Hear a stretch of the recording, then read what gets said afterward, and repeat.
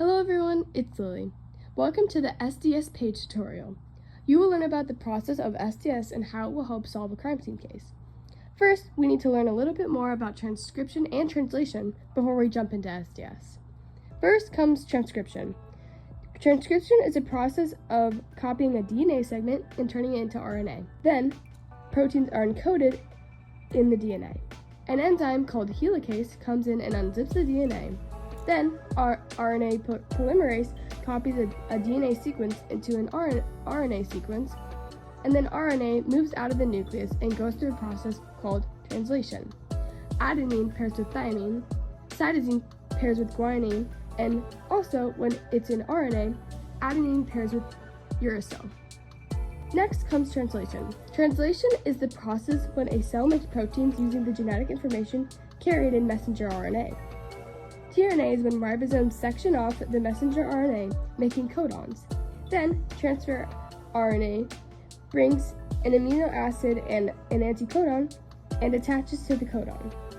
This process happens in multiple times with different tRNA connecting with different codons, and slowly the amino acids start to stack up and create a protein chain.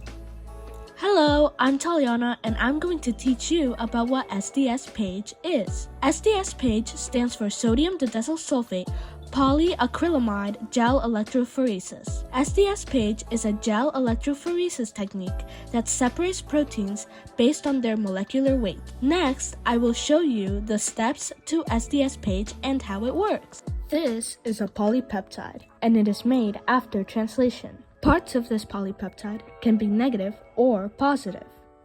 This polypeptide folds up into a protein, and like the polypeptide, parts of this protein can be negative or positive. To uncoil it, we have to denature it with heat. We then add sodium didecyl sulfate to make the whole protein chain negative. SDS turns the protein fully negative so it can move through the gel. Then, the proteins are put into the gel case. The bottom of the gel case is positive and the top is negative. That's why it's important for the protein chain to be negative. Longer chains move slower than smaller chains. Now that we know what SDS-PAGE is, how can it help us in a crime scene? SDS-PAGE can help with identification by comparing protein profiles. Many pieces of evidence in a crime scene contain proteins, and comparing length and molecular weight of the proteins could easily help identify people. In Ana Garcia's case, we can see if the protein profile of the evidence in the crime scene matches her or other suspects. Now let's talk about what happened to Ana Garcia. When looking around the crime scene, there's so much evidence we can look at. Specifically, let's take a look at the rattlesnake, the rip in her glove, and the blood splatter on the floor and chair. It seems that she was working with rattlesnake venom, which is very deadly. We believe that Ana Garcia wasn't murdered, but that she died from the snake venom. The rip in her glove could show that it got caught on a fang, allowing the venom to get into her system. She could have panicked and fell over, hitting her head, causing her to go unconscious. We can believe she hit her head because of the blood spatter on the chair and floor. Her going unconscious would be able to give the venom enough time to work through her system and kill her.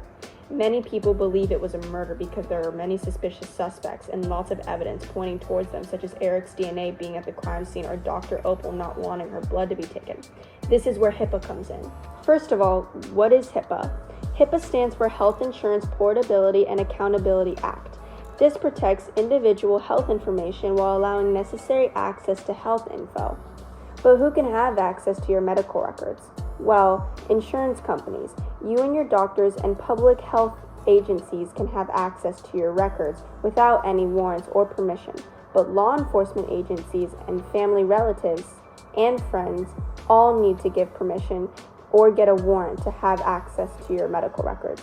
For example, Dr. Opal refused to give up her blood, and she was allowed to because law enforcement needs a warrant to get her blood from her.